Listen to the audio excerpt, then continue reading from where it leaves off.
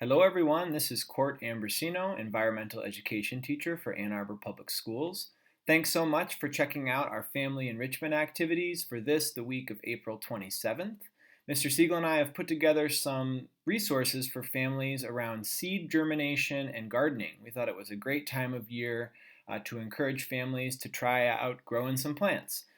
You can see here at the bottom of your screen a series of photos that I've taken over the last 24 hours at my house of squash seeds germinating, and pretty neat to see the amount of change that can happen in such a short period of time.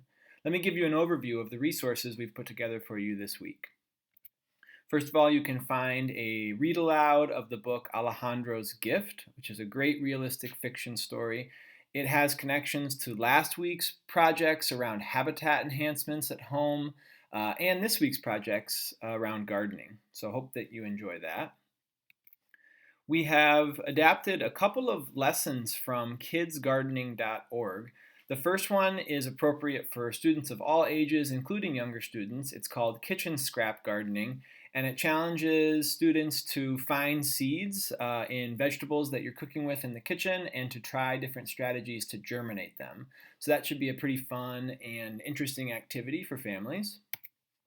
The other activity that we've adapted from Kids Gardening is for secondary students, and it's called Growing Garden Companions. And this is a longer term project for students that are interested in gardening, in which they do some investigation as into how impactful planting a target plant, a vegetable, with a companion plant, how impactful that can be on the growth and health of the target plant.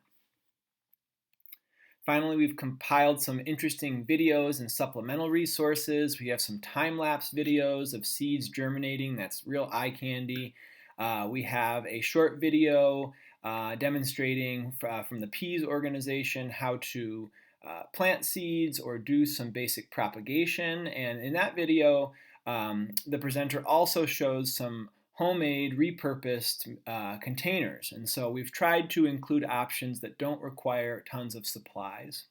And then we've also linked some resources from MSU Extension that are great resources for anyone trying to dig deeper into gardening. We do hope you enjoy this week's resources, and feel free to share some of the work that you're doing with Mr. Siegel and myself over email. Be well, and thanks again.